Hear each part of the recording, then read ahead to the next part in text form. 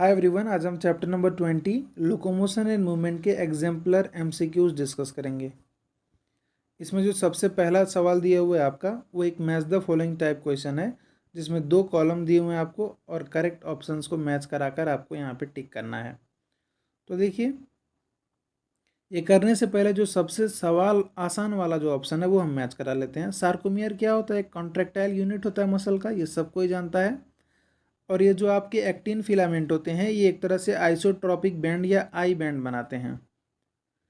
और उसके बाद आप कहेंगे कि जो आपका स्लो मसल फाइबर है उसमें मायोग्लोबिन का कंटेंट ज़्यादा होता है, और ये जो आपके फास्ट मसल फाइबर हैं उसमें लैक्टिक एसिड का एक्यूमुलेशन ज़्यादा हो जाता है, क्योंकि वो एक तरह के एनारोबिक मसल होते हैं, एनारोबिक रेस्पिरेशन करते हैं।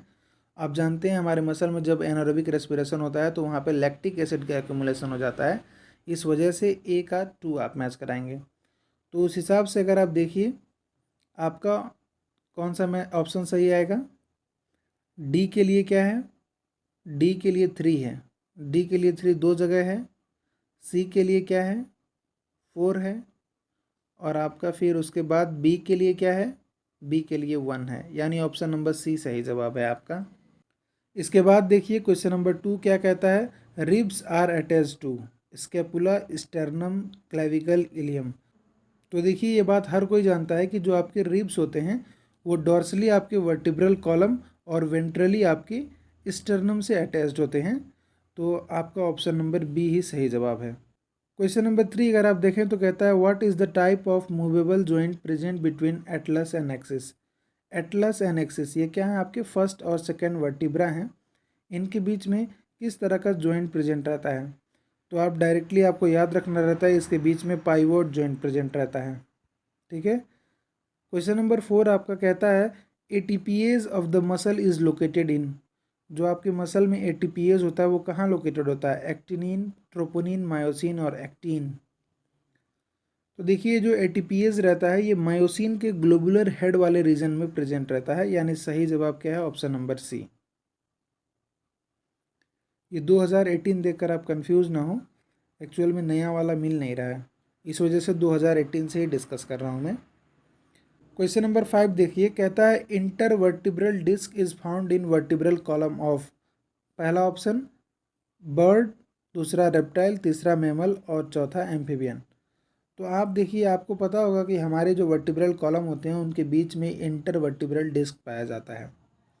हमारे 2 वर्टिब्रा के बीच में इंटरवर्टिब्रल डिस्क पाया जाता है, और हम क्या है? मैमल्स, यानी ऑप्शन नंबर सी आप टिक कर सकते हो। क्वेश्चन नंबर 6 देखिए, कहता है which one of the following is showing the correct sequential order of vertebra in the vertebral column of human beings.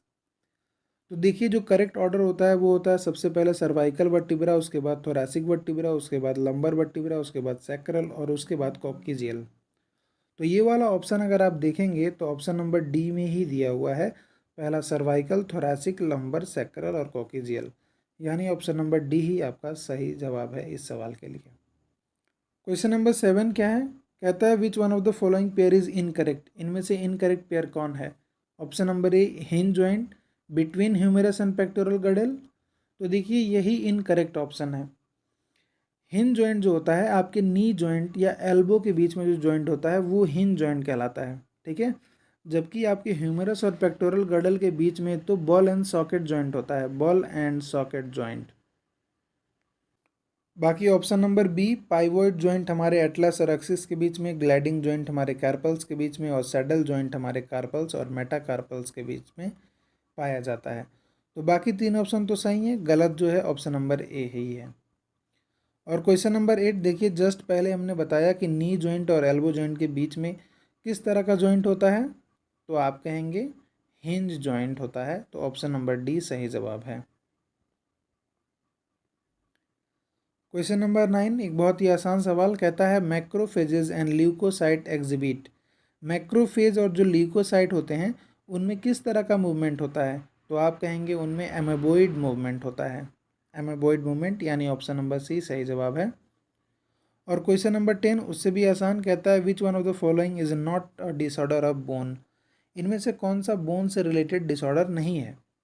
तो अर्थराइटिस तो बोन से रिलेटेड डिसऑर्डर है, ऑस्टियोपोरोसिस भी है और रिकेट्स भी हैं, लेकिन ये एथेरोस्क्लेरोसिस या इसी को एथेरोमा कहते हैं हम। ये आपने CVD यानी कार्डियोवैस्कुलर डिजीज़ जो पढ़ा आपने, या बॉडी फ्लूइड्स एंड सर्कुलेशन में आपने पढ़ा, वहाँ पे आपने देखा होगा। तो यही बोन से रिलेटेड डिसऑर्डर नहीं है, तो इस वजह से यही करेक्ट ऑप्शन है। क्वेश्चन नंबर 11 आपका कहता है which one of the following statement is incorrect. पहला स्टेटमेंट कहता है heart muscle are striated and involuntary. Heart के मसल्स जो होते हैं वो स्ट्रेटेड होते हैं और इनवॉलेंट्री होते हैं, ये बिल्कुल सही है। दूसरा ऑप्शन कहता है कि the muscle of hand and leg are striated and voluntary.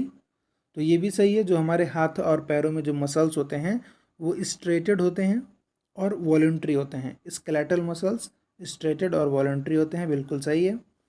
तीसरा, the muscle located in inner wall of alimentary canal are striated and involuntary. तो हमारे inner wall of alimentary canal में जो मसल पाए जाते हैं वो इनवॉलेंट्री तो होते हैं, but they are not striated, unstriated होते हैं वो, इसी वजह से उन्हें स्मूथ मसल कहा जाता है। यानी यही गलत है, तो यही आपका सही जवाब है। बाकी ऑप्शन नंबर 4 हम देख लेते हैं सही है कि नहीं। ऑप्शन नंबर 4 कहता है muscle located in reproductive tract are unstriated and involuntary. तो रिप्रोडक्टिव ट्रैक्ट में जो मसल होता है वो भी स्मूथ मसल होता है, वो अनस्ट्रेटेड होता है और इनवॉलेंट्री होता है, सही है ये।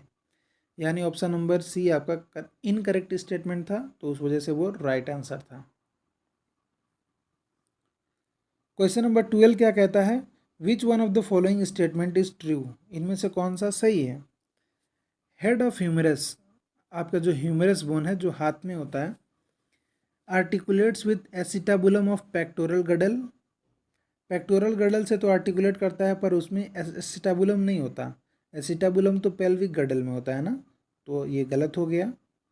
दूसरा कहता है head of humerus bone articulates with the glenoid cavity of the pectoral girdle. तो ये बिल्कुल सही है, जो आपका ह्यूमरस बोन होता है वो पेक्टोरल गडल के ग्लेनोइड कैविटी से आर्टिकुलेशन शो करता है, यानी यही ट्रू है। बाकी ये जो head of humerus bone articulate with acetabulum of pelvic girdle, नहीं, ऐसा कुछ नहीं। एसिटाबुलम ऑफ पेल्विक गडल के साथ आपका फीमर अटैच करता है। और ये head of humerus bone articulate with glenoid cavity of pelvic girdle, ये भी गलत है। तो आपका ऑप्शन नंबर बी सही जवाब है इसके लिए।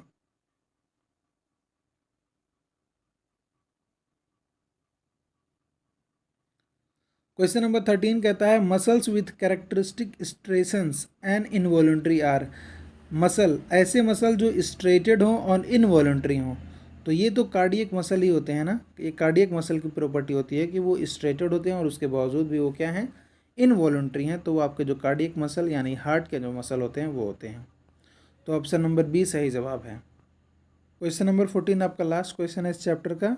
अगेन मैच द फॉलोइंग है, 2 कॉलम दिए हुए हैं और आपको मैच कराना है। तो बताइए स्टर्नम, स्टर्नम किससे मैच कराया जाए। स्टर्नम एक फ्लैट बोन होता है क्या, बिल्कुल स्टर्नम एक फ्लैट बोन होता है। और आपका ये जो ग्लेनोइड कैविटी है ये कहाँ प्रेजेंट होता है, पेक्टोरल गडल में। और आपका ये जो ग्लेनोइड कैविटी होता है ये कहाँ होता है, पेक्टोरल गडल में। जबकि आपके जो फ्रीली मूवेबल जॉइंट होते हैं उसका एग्जांपल क्या है, साइनोवियल फ्लूइड, उसमें बीच में क्या रहता है, साइनोवियल फ्लूइड रहता है ना। और आपका कार्टिलेजिनस जॉइंट एक तरह के वर्टिब्रा में पाया जाता है। तो आपका ऑप्शन नंबर ए का क्या था, 4 था। तो ए का 4 2 जगह है, और बी का क्या था आपका 3 था। तो बी का 3 बी में दिया हुआ है, यानी B is the right answer.